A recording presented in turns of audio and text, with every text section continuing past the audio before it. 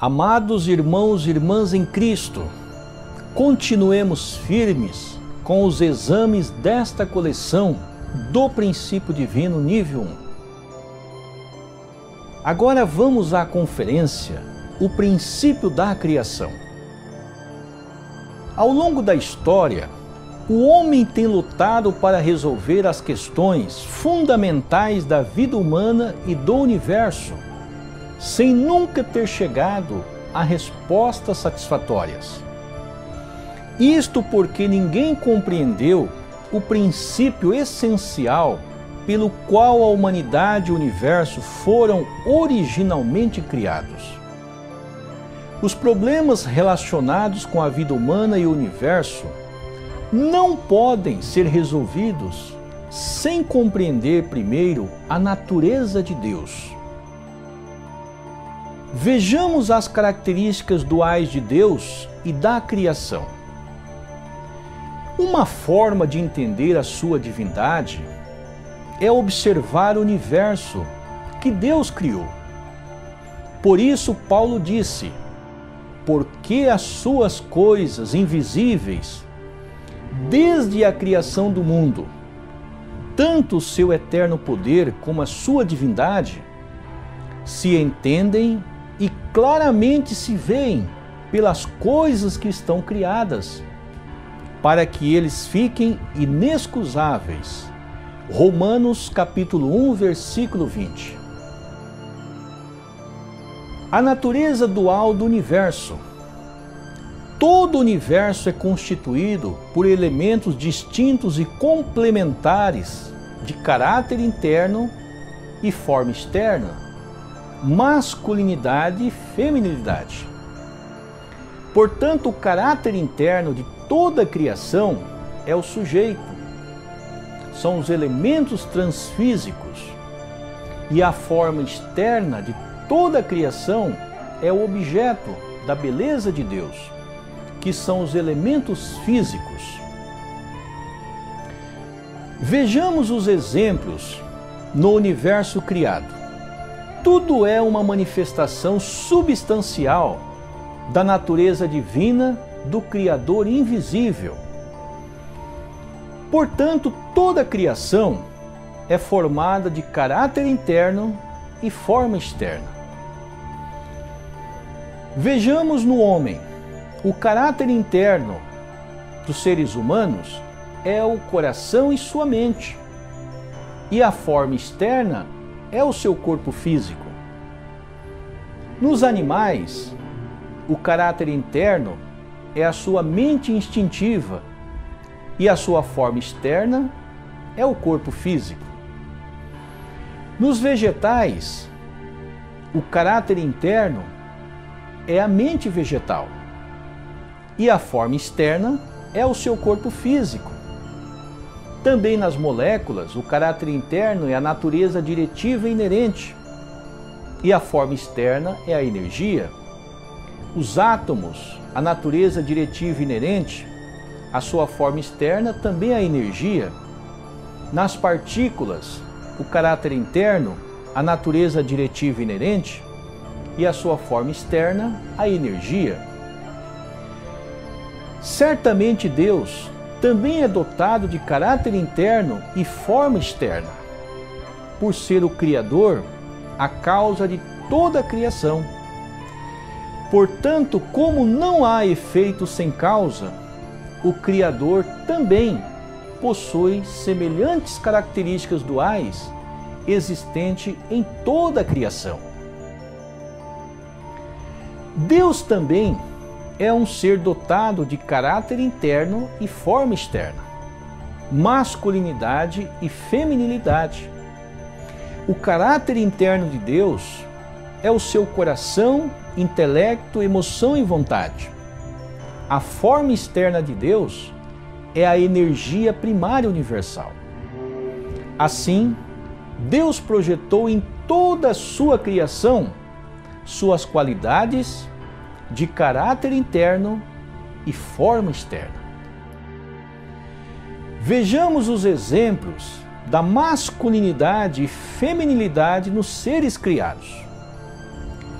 Nos seres humanos, o homem e a mulher. Nos animais, o macho e a fêmea. Nos vegetais, o estame e o pistilo. Nas moléculas, o cátion e o ânion. Nos átomos, os prótons e os elétrons. Nas partículas, os bárions e os leptons. Em vista disto, se em todo o universo existem elementos de positivo e negativo, podemos afirmar que em Deus o Criador também há o positivo e negativo, porque Deus é a causa de todas as coisas criadas, de toda a criação, que é o efeito.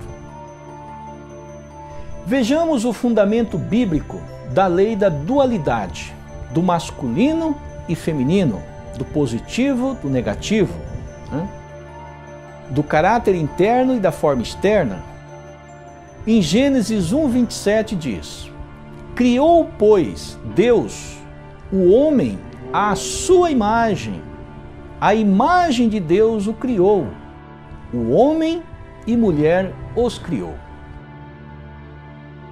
Em vista disto, a criação é a manifestação das características duais de Deus. Como nós estamos visualizando através destas figuras. Deus é a causa subjetiva e o universo criado é o efeito objetivo. Vejamos a imagem original de Deus, que é formada de caráter interno ou caráter essencial, que é o seu coração, emoção, intelecto e vontade, e a sua forma essencial, que é a sua forma externa, é a energia primária universal. Vejamos a onipresença de Deus no universo. Deus é dotado de caráter interno e forma externa, de caráter essencial e de forma essencial. E a criação, que é o efeito, também é dotada de caráter interno e forma externa. Por exemplo, nos minerais, o caráter interno dos minerais é a energia e a forma externa é o seu corpo. Nos vegetais, o caráter interno é a sua mente vegetal, a sua forma externa é o seu corpo. Nos animais, o caráter interno, a mente instintiva e a sua forma externa, o seu corpo. Também no homem, o caráter interno é a sua mente e o seu coração, e a sua forma externa é o corpo físico. Evidenciemos o relacionamento entre Deus e a criação. Deus é a imagem original, é a causa. O homem é a imagem direta de Deus, é a obra suprema de Deus. E a criação é a imagem simbólica de Deus. Vejamos o plano original de Deus centrado na energia primária universal, na ação de dar e receber e no fundamento de 4 posições. A energia primária universal é a forma externa de Deus, é a realidade absoluta, eterna, autoexistente e transcendente de tempo e espaço. A energia fundamental do seu ser também é eterna, autoexistente e absoluta. É a origem de todas as energias e forças que permitem todos os seres criados existirem. Chamamos esta energia fundamental de energia primária universal. Assim, através da energia primária universal, todo o universo foi criado por Deus. Vejamos a lei da ação de dar e receber. Por meio da ação da energia primária universal, os elementos sujeito e objeto de cada ser formam uma base comum e entram em interação numa ação de dar e receber. Por sua vez, esta interação gera todas as forças que o ser necessita para existir, multiplicar-se e agir.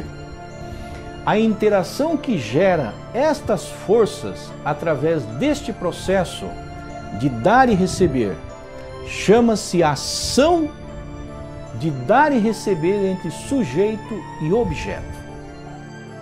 O sujeito do amor e o objeto da beleza de Deus. Vejamos alguns exemplos da ação de dar e receber nos átomos, os elétrons e os prótons. A ação de dar e receber nas moléculas, o cátion, o positivo, e o ânion, o negativo. A ação de dar e receber entre os animais, o macho e a fêmea, em todas as espécies de animais. Deus os criou macho e fêmea. A ação de dar e receber entre as aves, ou entre aves, o macho, a ave macho e a ave fêmea. A ação de dar e receber no indivíduo, o coração e as artérias, o coração como sujeito e as artérias e veias como objeto. A mente e o corpo, a mente como sujeito e o corpo como objeto. A ação de dar e receber no casal, o esposo como sujeito do amor de Deus e a esposa o objeto da beleza de Deus. A ação de dar e receber na família, os pais, o sujeito do amor de Deus, e os filhos, o objeto de beleza de Deus. A ação de dar e receber na escola, o professor como sujeito e os alunos como objeto de beleza de Deus. A ação de dar e receber na empresa, o empresário como sujeito do amor de Deus, os funcionários como objeto do amor de Deus. Por exemplo, quando há uma boa relação entre o empresário e os funcionários, a empresa cresce, a empresa prospera, e nessa empresa há harmonia, há o desenvolvimento recíproco. Porque nesse relacionamento existe a presença de Deus. Um outro exemplo, a ação de dar e receber no sistema solar, o Sol como sujeito e os planetas na posição de objeto. A ação de dar e receber entre Deus e os seres humanos, Deus, o sujeito invisível e infinito, e o homem, o objeto visível e finito. A beleza do amor de Deus. Vejamos os fundamentos bíblicos da ação de dar e receber. Em Mateus 20, 28, assim como o Filho do Homem não veio para ser servido, mas para servir e para dar a sua vida em resgate de muitos. E Mateus 7, 8, pois todo o que pede recebe, e quem busca acha, e ao que bate abrir-se-á. E Mateus 7, 12, portanto, tudo o que vós quereis que os homens vos façam, fazei-lhe também vós a eles, porque esta é a lei e os profetas. Vejamos agora o fundamento de 4 posições, que é o plano original de Deus. O marido, a ação de dar e receber entre o marido e a esposa, essa interação centralizada em Deus, nós temos os filhos, que é o resultado dessa interação do marido com a esposa centralizado em Deus, nós temos os filhos com a linhagem de Deus. Portanto, este fundamento de 4 posições é a finalidade eterna da criação de Deus, é o plano original de Deus, é o ideal de Deus para o estabelecimento do reino dos céus. Assim, o fundamento de 4 posições é a raiz do número 4, é também a raiz do número 3. O fundamento de 4 posições é realizado por Deus, marido e esposa e filhos. O fundamento de 4 posições é a base fundamental do bem, é a realização da finalidade da criação de Deus, é a base fundamental para a vida de todos os seres, fornecendo todas as forças necessárias para a sua existência e permitindo a Deus habitar neles. Portanto, o fundamento de 4 posições é a finalidade eterna da criação de Deus, é o plano original da criação de Deus, é a base do reino dos céus. Vejamos o indivíduo centralizado em Deus através do fundamento de 4 posições. Quando a mente e o corpo de um indivíduo interagem centralizados em Deus, nós temos como resultado uma pessoa perfeita, uma pessoa ideal. Esta é a primeira bênção de Deus, mencionada em Gênesis 1:28. Este fundamento de 4 posições é a expressão do caráter de Deus. Portanto, o fundamento de 4 posições entre a mente e o corpo centrados em Deus é a base para a perfeição pessoal, para a perfeição individual. Vejamos a família centralizada em Deus através do fundamento de 4 posições que é o plano original de Deus. O marido e a esposa, ambos interagindo, centralizado em Deus, nós temos como resultado filhos com a linhagem de Deus, filhos divinos. Esta é a segunda bênção de Deus mencionada em Gênesis 1:28. Portanto, este fundamento de 4 posições é a expressão do amor de Deus.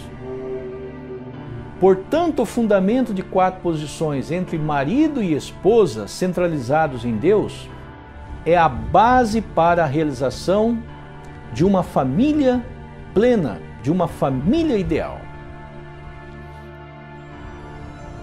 Agora vejamos a sociedade centralizada em Deus através do fundamento de 4 posições.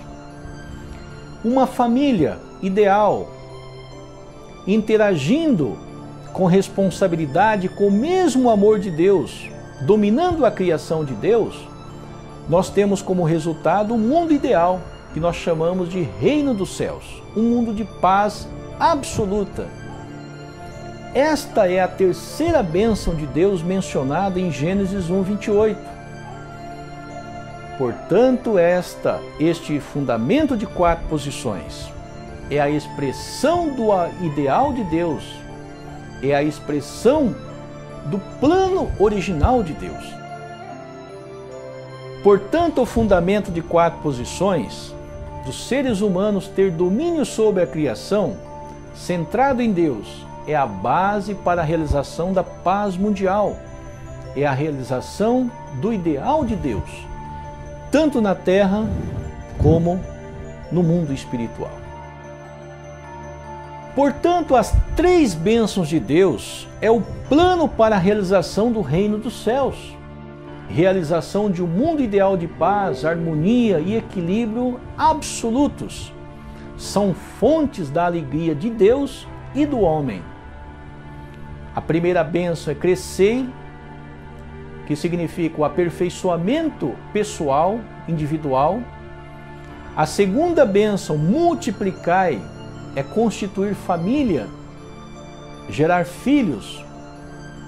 A terceira bênção de Deus é a família ideal, com responsabilidade e com amor de Deus, ter o domínio sobre a criação e estabelecer o mundo ideal, o reino dos céus aqui na terra.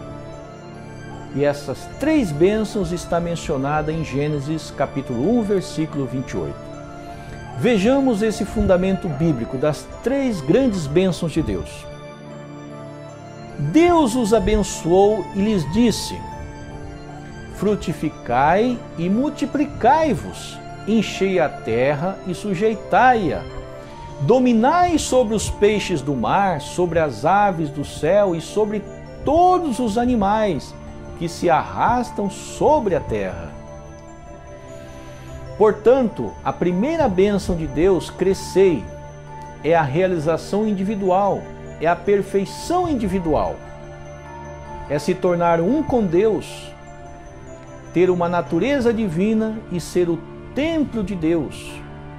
E esse indivíduo ideal é a base da construção de uma família ideal, de uma família de Deus, para gerar filhos com a linhagem de Deus. Vejamos o fundamento bíblico da primeira bênção, em 1 Coríntios 3,16. Não sabeis vós que sois santuários de Deus e que o Espírito de Deus habita em vós? E Mateus 5,48. Sede vós, pois, perfeitos, como é perfeito o vosso Pai Celestial. Em João 14,20, mais um fundamento bíblico da primeira bênção. Naquele dia conhecereis que estou em meu Pai, e vós em mim, e eu em vós. Este é o fundamento, a realização da primeira bênção. Vejamos agora a segunda bênção de Deus, o multiplicai. O homem não pode multiplicar filhos sozinho. A mulher também não pode multiplicar filhos sozinho. O homem não pode constituir família sozinho. Portanto, a segunda bênção de Deus é a união do homem que alcançou a perfeição individual, unindo com a mulher que alcançou a perfeição individual, mente e corpo. Essa interação, essa ação de dar e receber, essa união do homem perfeito com a mulher perfeita, centralizados em Deus, terão filhos, irão gerar filhos com a linhagem de Deus, com a natureza de Deus. E assim estabelecer famílias ideais, sociedade ideais, nações ideais e, consequentemente, o mundo ideal centralizado em Deus. Portanto, a segunda bênção de Deus é a realização familiar, é a família de Deus, é a base para um mundo de paz, um mundo de Deus. Vejamos o fundamento bíblico da segunda bênção, em Gênesis 1, 26 a 28. Criou, pois, Deus o homem à sua imagem, a imagem de Deus o criou, homem e mulher os criou. Então Deus os abençoou e lhes disse: frutificai e multiplicai-vos. Portanto, a segunda bênção de Deus a Adão e Eva era para que os mesmos multiplicassem filhos com a linhagem de Deus. Vejamos a terceira bênção de Deus, dominai. Dominai é quando a família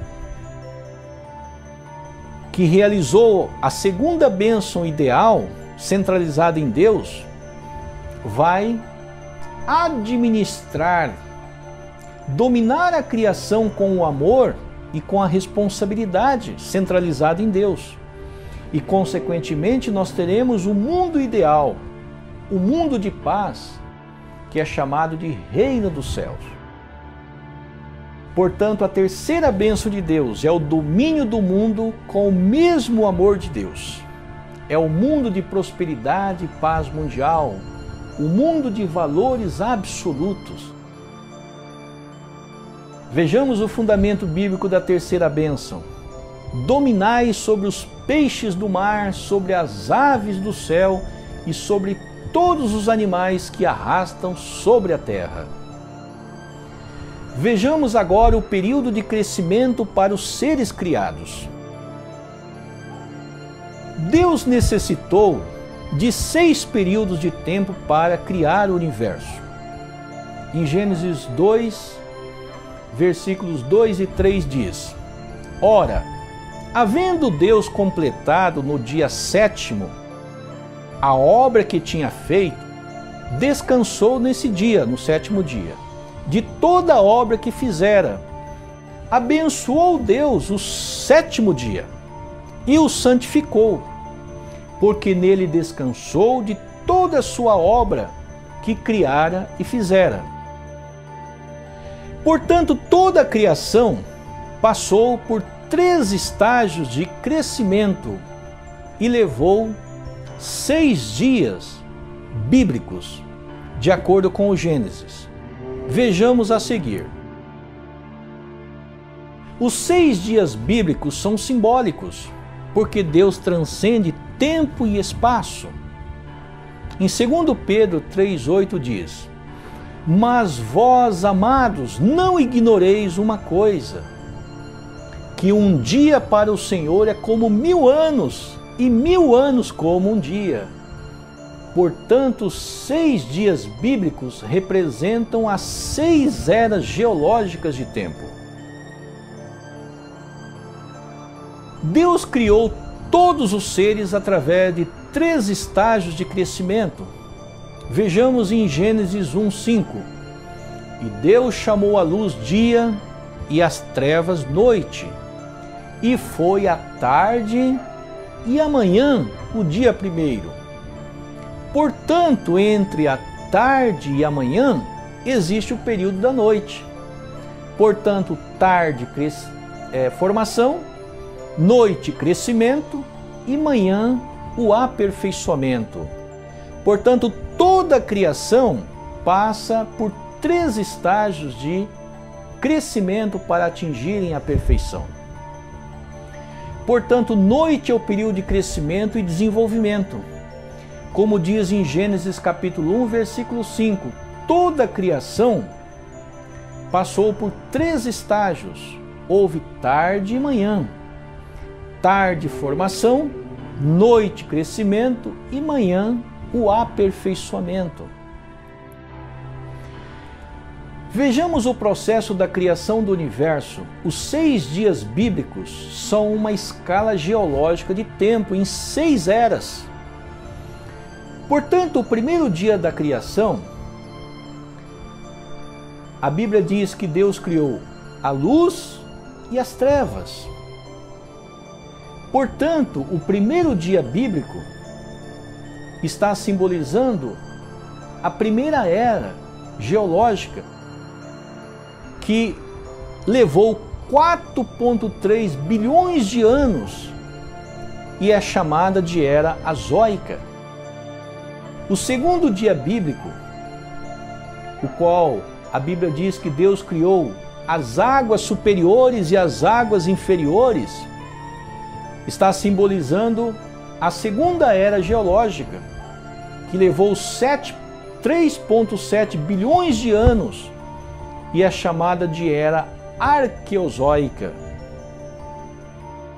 O terceiro dia bíblico, que a Bíblia diz que Deus criou a terra, os mares e as plantas, está simbolizando a terceira era geológica de tempo, que levou 2,4 bilhões de anos e é chamada de Era Proterozoica.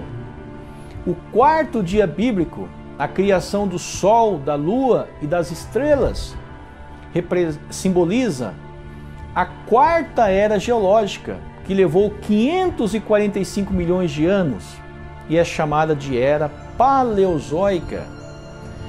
O quinto dia bíblico, a criação das aves, dos peixes e répteis, é a simbologia da quinta era geológica, o qual levou 245 milhões de anos e é chamado de Era Mesozoica.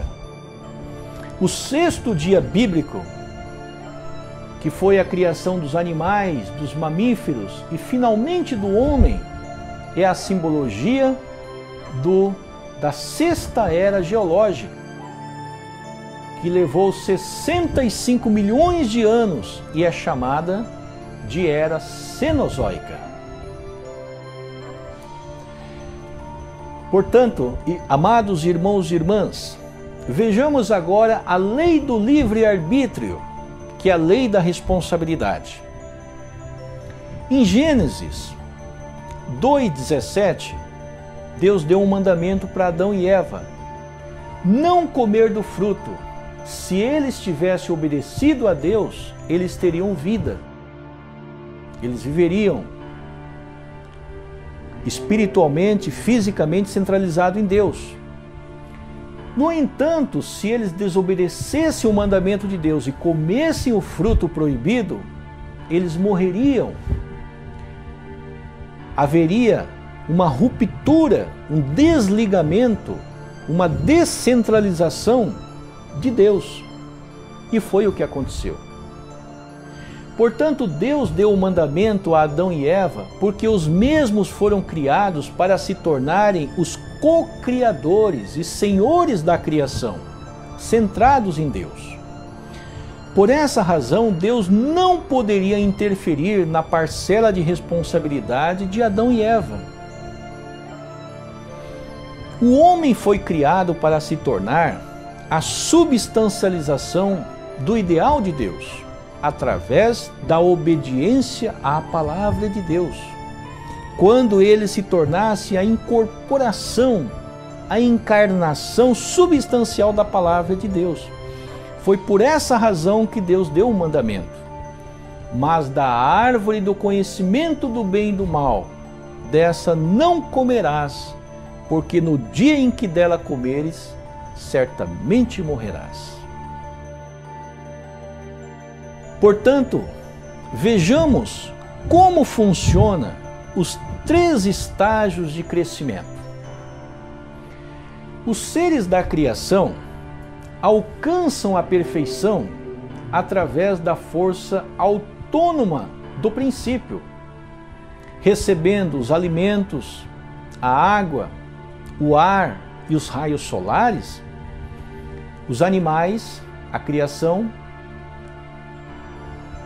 passam por 3 estágios: formação, crescimento e aperfeiçoamento, e atingem o alto grau do estágio de aperfeiçoamento e entram na esfera do domínio direto do amor de Deus. Enquanto estão trilhando os 3 estágios de crescimento,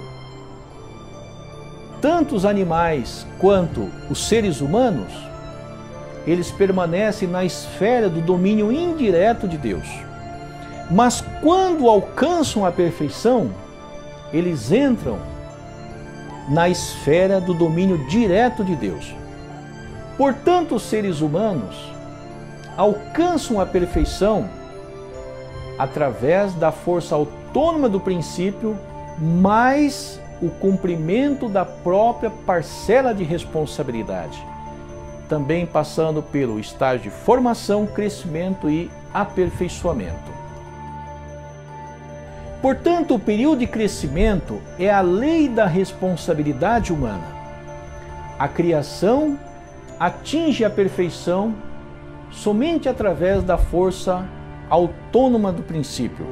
Recebe o ar, os raios solares, o alimento e a água, os animais alcançam a perfeição. Mas o homem, para alcançar a perfeição, o homem, além da força autônoma do princípio, que são os alimentos, a água, o ar e os raios solares, o homem, os seres humanos, precisam exercer, precisam praticar, cumprir a responsabilidade. Portanto, os seres humanos, para alcançarem a perfeição, os seres humanos precisam estabelecer na sua vida diária, praticando a responsabilidade. Portanto, Deus criou a lei da responsabilidade para os seres humanos, para que os mesmos se tornassem os co-criadores de Deus, a representação substancial de Deus diante de toda a criação. Vejamos a parcela da responsabilidade de Deus e dos seres humanos para a realização do reino dos céus. Portanto, o cumprimento da parcela de responsabilidade de Deus, comparada com a parcela de responsabilidade dos homens, é de 95%. E a parcela de responsabilidade no cumprimento da responsabilidade do homem é de 5%, comparada com a responsabilidade, a parcela de responsabilidade de Deus. Portanto, os 95% de Deus, mais os 5% de responsabilidade do homem, que é os 100% da sua responsabilidade na sua vida diária, então nós alcançamos os 100% do cumprimento da lei da responsabilidade de Deus e dos filhos que foram criados como os co-criadores e os senhores da criação. A correlação corpo físico e corpo espiritual. Nós, seres humanos, somos dotados de corpo espiritual e corpo físico. Com o corpo espiritual, nós temos o domínio do mundo espiritual. E com o corpo físico, nós temos o domínio do mundo físico. Portanto, a estrutura bicorpórea do ser humano, o eu espiritual e o eu físico. O eu espiritual é a mente espiritual, é o sujeito. O eu físico é a mente física, que é o sujeito em relação ao seu corpo físico. O eu espiritual, nós, com o nosso eu espiritual, o nosso corpo espiritual, que tem 5 sentidos espirituais, nós temos o domínio do mundo espiritual. E o nosso eu físico, com os nossos 5 sentidos físicos, nós fomos criados por Deus para termos domínio sobre o mundo físico, que é a terceira bênção de Deus. Portanto, o mundo físico e o mundo espiritual centralizados no homem. Através do corpo espiritual, nós podemos dominar o mundo espiritual através dos nossos 5 sentidos espirituais. E através do nosso corpo físico, nós podemos dominar o mundo físico através dos 5 sentidos físicos. Visão, audição, olfato, tato, paladar. Vejamos a relação entre o eu físico e o eu espiritual. O nosso eu físico, para alcançar a perfeição, a maturidade biológica e espiritual, deve interagir com o nosso corpo espiritual, obviamente. Portanto, o aperfeiçoamento do nosso corpo físico, dependemos de 2 elementos de vitalidade física, ou seja, 2 nutrimentos físicos, que é o ar e os raios solares, é o nutrimento positivo, e o nutrimento negativo são os alimentos e a água. E o nosso corpo espiritual também precisa de 2 nutrimentos. O nutrimento positivo são as palavras e o amor de Deus. E os nutrimentos negativos que o nosso corpo espiritual precisa para alcançar a perfeição são os elementos de vitalidade procedente do corpo físico. Portanto, todas as vezes que nós praticamos boas ações com o nosso corpo físico, nós produzimos bons elementos de vitalidade. Esses bons elementos de vitalidade,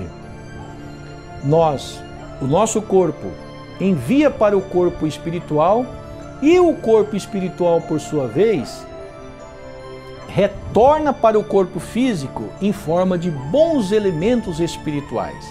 E essa correlação, essa ação de dar e receber entre o corpo físico e o corpo espiritual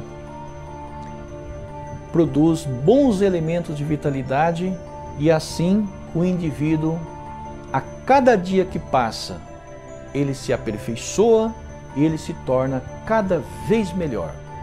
Esta é a lei do aperfeiçoamento individual. A posição dos seres humanos no universo. Nós, seres humanos, somos o microcosmo do macrocosmo.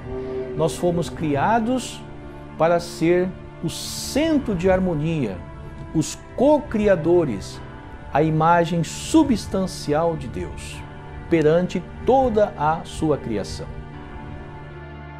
As 3 etapas da existência humana. Nós temos 9 meses de vida no ventre materno. Depois nós temos a vida na terra, respirando ar, recebendo os raios solares, os alimentos e a água.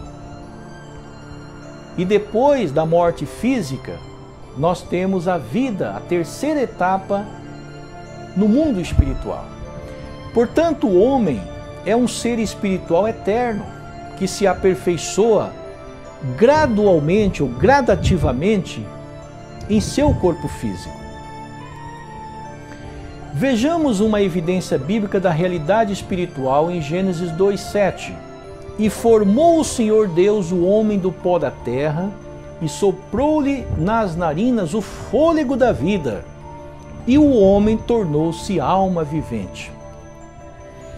Vejamos uma outra evidência bíblica da realidade espiritual. Eclesiastes 12:7. E o pó volte para a terra como era, e o espírito volte a Deus que o deu. Portanto, a 3ª etapa da nossa vida é a vida no mundo espiritual eterno. Portanto, concluindo a nossa conferência de hoje, a mente original e a consciência é quando a nossa mente espiritual interage com a nossa mente física, ambos centralizados em Deus. E nós temos como resultado a mente humana original, a mente original centralizada em Deus. Portanto, a mente humana consiste nas mentes espiritual e física. O relacionamento entre estas duas mentes é semelhante a que existe entre a natureza interna e a forma externa. O valor original do homem perfeito é quando a mente, que é o sujeito, interage com o corpo físico na posição de objetos centralizados em Deus. Nós temos como resultado o homem perfeito ou a mulher perfeita.